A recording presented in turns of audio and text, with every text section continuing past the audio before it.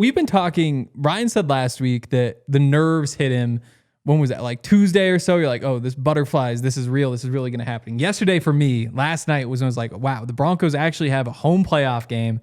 10-year streak is over. I'm wondering if you ever have those sorts of moments where it's not nerves for the call, but just it's pretty cool to realize that this is happening here again. Oh, for sure.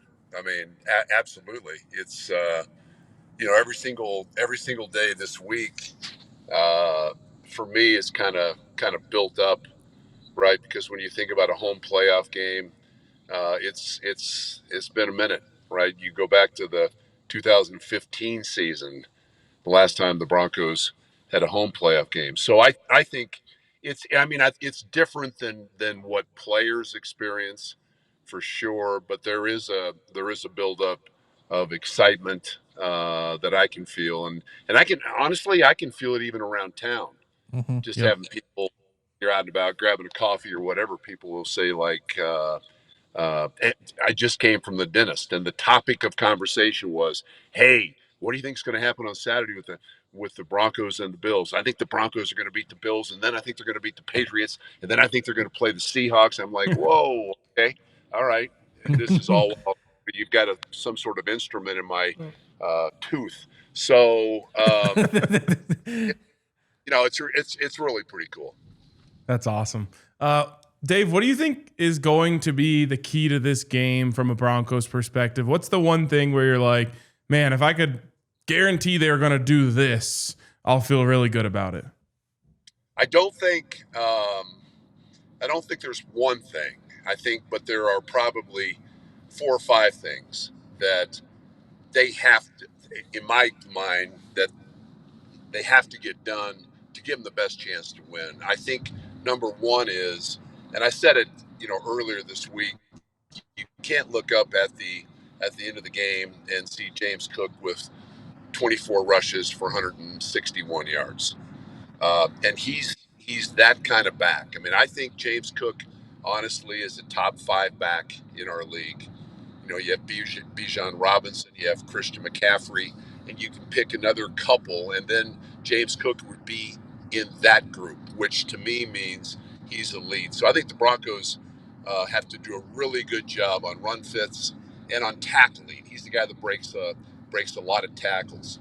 I think the second thing is Denver has to be able to run the ball efficiently. I don't think they have to have 200 yards rushing, but at the end of the day, that average per carry, I would love to see it, in the mid 4s.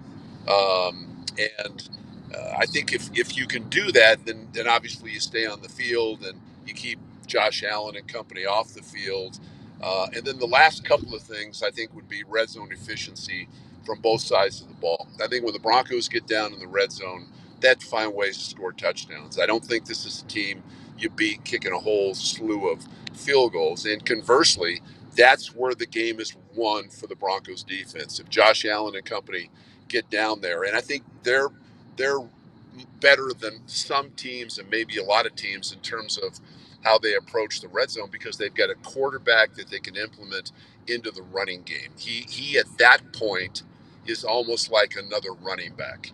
And so how do you account for him when let's say Buffalo goes empty and has 5 receivers out in the route? I mean, how do you then account for a guy who's like a running back that is still playing quarterback? So those 3 or 4 things I think are critical.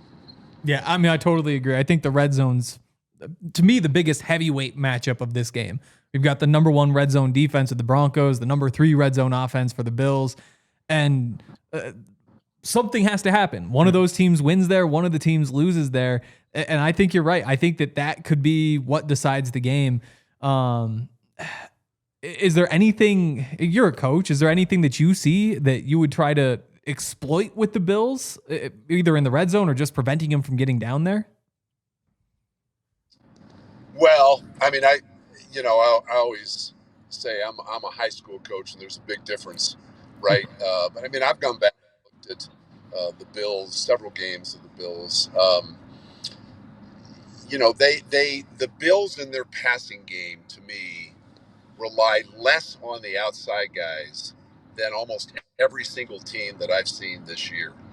So you lose Gabe Davis, and it was too bad for him. Another ACL injury in that win against Jacksonville. But I mean, the Bills, when they get the passing game going, it is Shakir in the slot and the two tight ends and the back. And I think that's maybe where Josh Allen has taken a significant stride in the last couple of years. He was a guy early in his career that you could count on him forcing the ball into a couple of tight spots, and he gave you opportunities to make plays on defense. He doesn't do that as much, and certainly hasn't done it as much this year. So I think that Shakir is his safety blanket.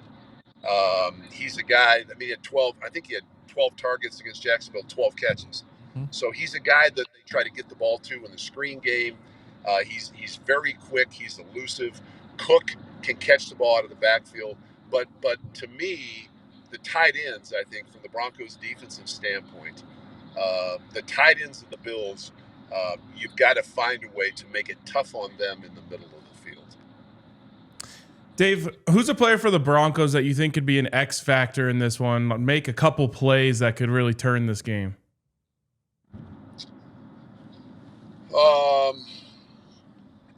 Who I would say?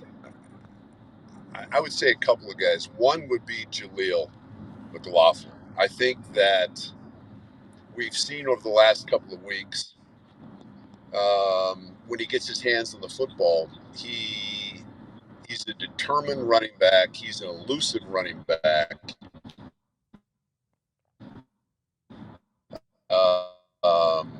And he makes a lot of people, but trying to get the ball to him in space. I wouldn't hate it if they line him up and motion him out and then just throw him a hitch on the outside. See how the Bills defense adjusts to having 38 line up in the backfield and then motion him out, and see, it can tell you a lot about what the coverage is based on who slides out with him. But I try to, and I think Sean's done a good job of this, trying to find a way to get him the ball as much as you possibly can. I do think the Broncos have to find a way to sort of re-engage with Cortland, and to a lesser extent, finding ways to get him opportunities in one-on-one matchups to use that size and strength that he has to go up and get the ball. So red zone, I think the Broncos have to be much better than they have been running the ball. I think that's, the red zone is very, very tough, and they've thrown the ball more in the red zone. They've thrown the ball more than anybody in the league, period, but more in the red zone as well. Teams can make it pretty tough on you in the red zone if you're just going to throw it all the time. So the efficiency of the run game in the red zone is really going to be critical as well. Yeah, I'm curious to see what they do with those running backs, because it has been, it's 3 straight games where Jaleel's been really efficient with his touches. And it's been 2 straight games where RJ, when you run him between the tackles, things haven't gone well. I think, was it 15 carries for 28 yards or something like that in the last game? After seeing the Broncos stick with RJ for, this basically since J.K. Dobbins went down, it makes it kind of tough for me to believe that they'll actually pull the trigger and give Jaleel the rock more, even though we all see that he's the guy he's got the juice right now. Yeah, I think that's a valid point. But I think you can incorporate him, talking about Jaleel, and not necessarily. We've seen occasions where both of them are in the game at the same time, right? RJ, to me, I think is a young guy who's still learning the speed of the game. He's built low to the ground. I think he's tough to knock down. I think he's an excellent receiver, but RJ is more of a powerful kind of back at this point of his career than Jaleel. Jaleel would be an elusive sort of back. So, I'm with you on that. I think the thing with Jaleel, I do think there's a law of diminishing return. You can't, because of his stature, because of his size, if you keep him in the game on third downs a lot, defenses are good enough that they can, no matter how you protected. They can force him to stay in and have to block somebody. And it's not a lack of want to with Jaleel. It's simply he's light in the pockets, right? And when you're called upon to step up and take on, one of these inside backers or one of these edge pass rushers from time to time, you're asking a lot. I've always felt like good coaching understood that, you put your guys in the best, and I think they've done a good job of this because they don't ask Jaleel to do that too much. But if he's in the game on a continual basis, teams will force him to stay in at pass opportunities and block somebody. Last one for me, Dave. You're obviously going out to practice, and Zach was telling us last week about how you go out there and you have your conversation with Sean for the pregame, but that there's a lot of conversation that goes on before you guys go on the record. So not to get you to go into detail, but what are those conversations like usually? It's you try to.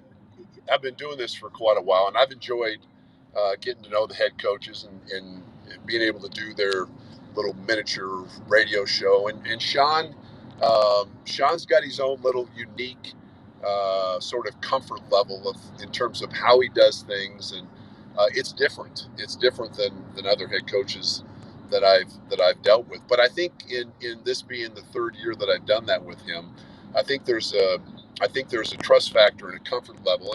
And now what I find is we will just sit and talk about just about football. And I sort of let him direct the conversation. Back when the high school season's going on, he would ask, a couple questions about the high school team and how are things going and what do you think and what do you like and that sort of stuff.